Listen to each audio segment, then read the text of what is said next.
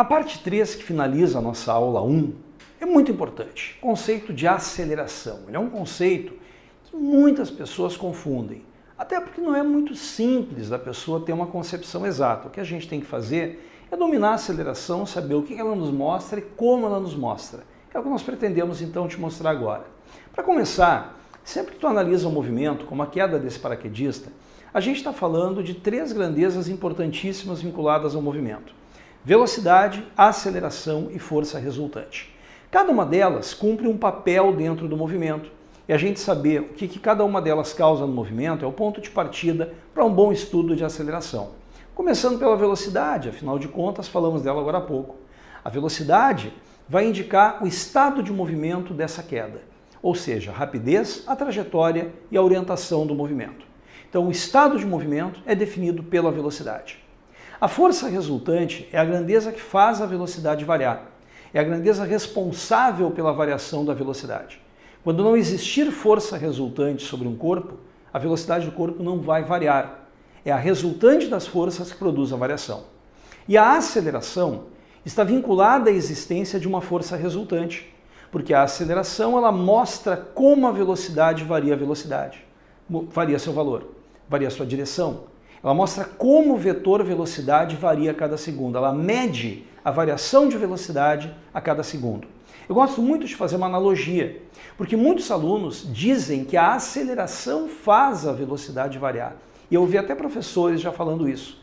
Isso é muito sério, isso é muito errado. Então a analogia que eu gosto de fazer é a seguinte: a variação de velocidade é a febre que um cara tem. A força resultante é a infecção que causa a febre. A aceleração é o termômetro, ela mede a febre. Dizer que a aceleração faz a velocidade variar é tão absurdo quanto dizer que o termômetro produz a febre. Eu acho que com essa analogia a gente consegue deixar bem impactante essa diferença de conceitos. Então a força resultante faz a velocidade variar. A aceleração mede essa variação de velocidade. Avançando um pouco, a gente gosta muito de mostrar esse esquema para ti. Se não existe variação de velocidade num corpo, esse corpo encontra-se, nós chamamos de estado de equilíbrio. Ele tem que estar parado andando com velocidade constante, o MRU, que é o movimento que vem na nossa aula 2. Se ele não varia a velocidade, é porque não há força resultante atuando nele. Esse cara não tem nenhuma aceleração. Agora, se ele sofre variação de velocidade, há uma resultante atuando, produzindo essa variação, e há uma aceleração medindo essa variação. E aí começam os cuidados. Todo corpo que tem aceleração é dito como um corpo acelerado. Alex, eu pensei que acelerado era aumento de velocidade, se for acompanhado da palavra movimento. Movimento acelerado, nós vamos ver a seguir, é aumento de velocidade. Agora, um corpo acelerado é um corpo dotado de alguma forma de aceleração. E que acelerações podem ser essa? Tangencial e normal. O que a aceleração tangencial vai fazer? Ela vai mostrar o quanto o módulo da velocidade muda a cada segundo. Gente, a existência dela está vinculada a esse ponteirinho se mexer. Sempre que o ponteirinho da velocidade não se mexe, é porque eu não tenho aceleração tangencial. Sempre que o ponteirinho da velocidade se mexer, é porque eu tenho aceleração tangencial. Ela vai estar mostrando em metros por segundo ao quadrado quantos metros por segundo a velocidade cresce ou decresce a cada segundo. Eu vou dividir a variação da velocidade pelo tempo gasto para isso. Então, se um desses carros aqui for dotado de uma aceleração na arrancada de 5 metros por segundo ao quadrado, é porque a cada segundo a velocidade dele vai variar, vai aumentar, no caso da largada, 5 metros por segundo. Gente, essa aceleração tangencial, ela obrigatoriamente, necessariamente, tem que ser uma aceleração paralela à velocidade. Sempre que a aceleração tangencial existir, ela é paralela à velocidade. E o sentido dela vai te mostrar se a velocidade está aumentando ou está reduzindo.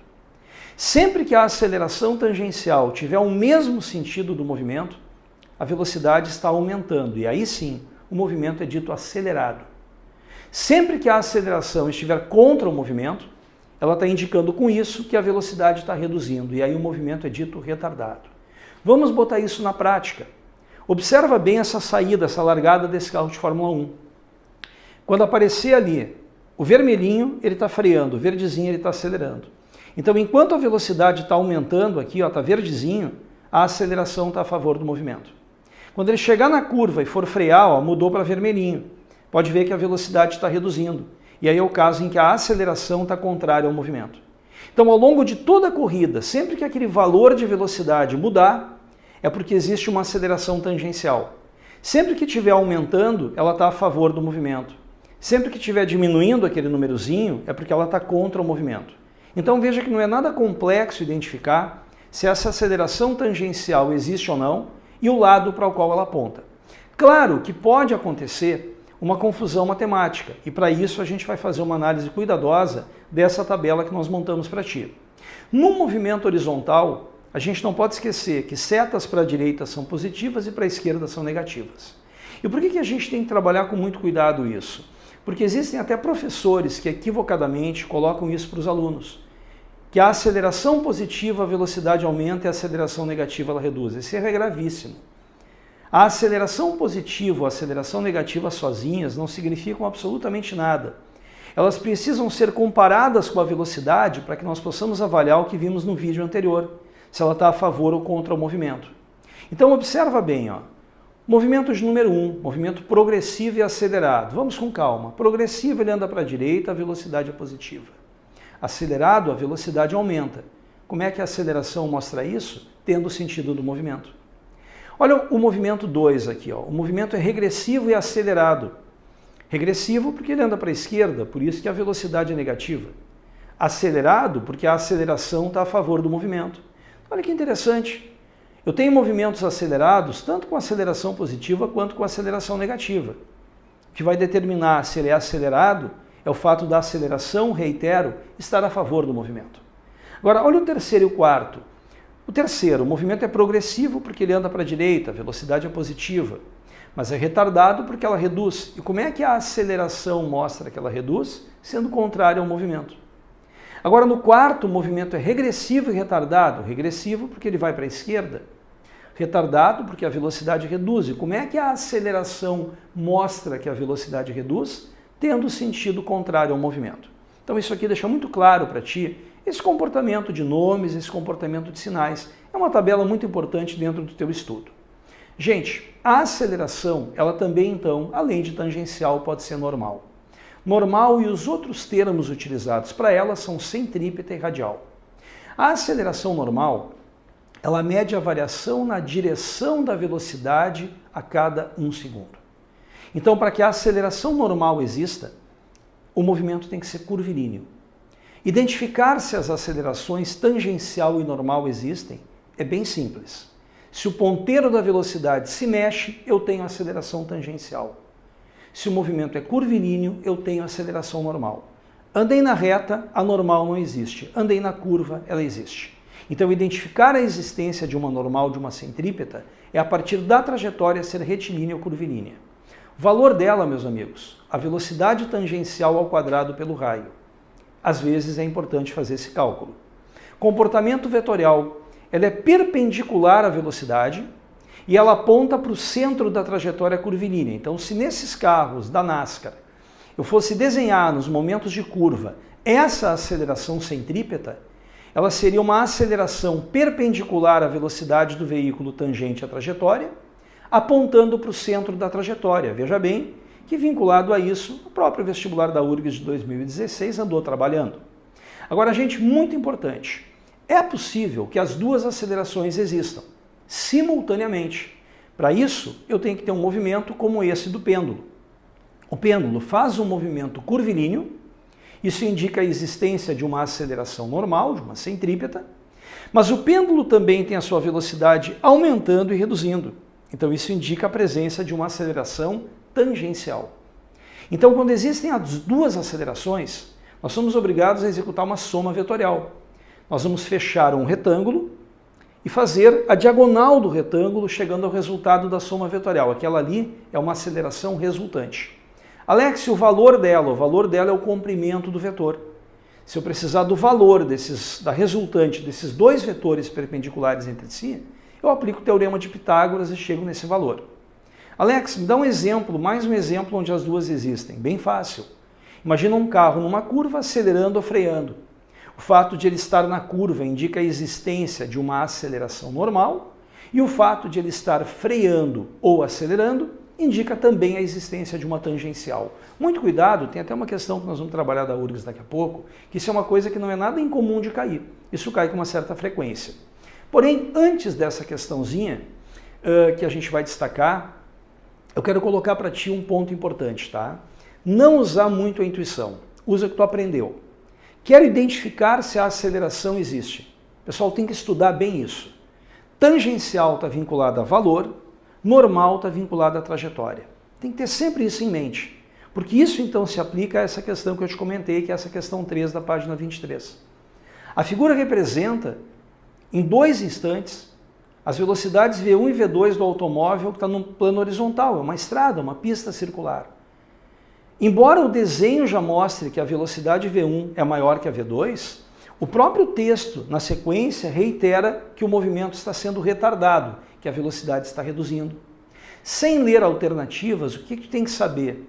Que existe uma aceleração tangencial, porque a velocidade está diminuindo, e que existe também uma normal, uma centrípeta, porque o movimento é curvilíneo.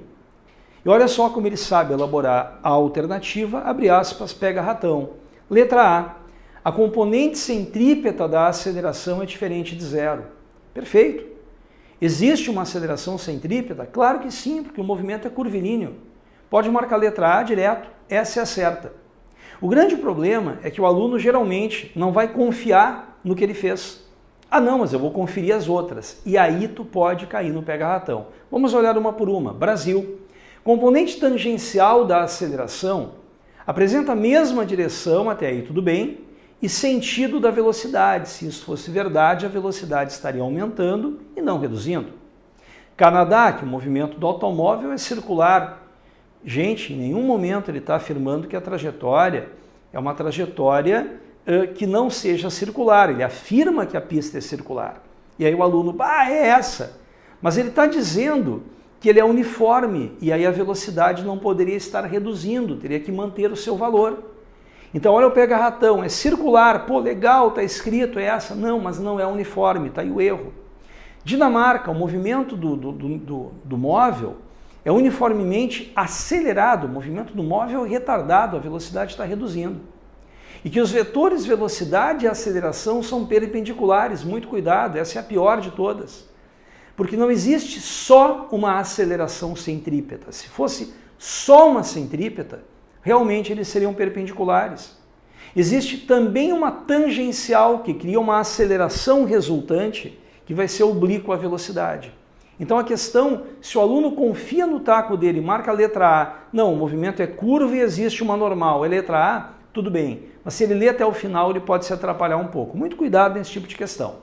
E uma questão, que é uma questão até de modelo Enem, a questão 35, tá? A questão da URGS, é um pouco mais antiga, mas que a gente gosta muito de resolver. Durante os Jogos Olímpicos, os atletas que fizeram uma corrida de 100 metros rasos conseguiram fazer o percurso em 9,98 segundos. Então, com base nisso, são feitas afirmativas, né? A primeira delas, eles têm uma aceleração de módulo constante ao longo de todo o percurso. Gente, isso é absurdo. Dizer que ele tem uma aceleração constante, dizer que a cada segundo da corrida ele teria que aumentar a velocidade dele do mesmo jeito. E a gente sabe que numa corrida de 100 metros não é assim. Que ele tem um aumento de velocidade expressivo na arrancada, aproximadamente os 30 primeiros metros, e depois disso o organismo dele é incapaz de conseguir manter a velocidade crescendo. Todo o desgaste dele vai ser feito para manter a velocidade adquirida. E olha o absurdo, se tu fizesse com que o cara a cada segundo fosse aumentando a velocidade do mesmo jeito, tu faria com que se ele continuasse correndo, daqui a pouco tu ia ter um cara correndo a pé a 200 km por hora. Seria uma situação completamente absurda. Agora eles conseguem fazer 10 metros em menos de um segundo. Gente, aquela velocidade média ali dá aproximadamente 10 metros por segundo. Se a média é de 10 metros por segundo, ele teve velocidades maiores e menores que isso. E se ele não conseguiu, ele fez 100 metros em menos de 10 segundos, em algum momento ele conseguiu fazer 10 metros em menos de um segundo. Então a 2 está perfeita. E a 3? Eles têm uma velocidade média aproximadamente de 50. Não. 100 dividido por aproximadamente 10 segundos dá uma média de 10 metros por segundo, vezes 3,6, são 36 km por hora, bem longe dos 50. Então, Brasil, a 2 é a única correta nessa questãozinha, então, que fecha essa nossa aula 1 do extensivo.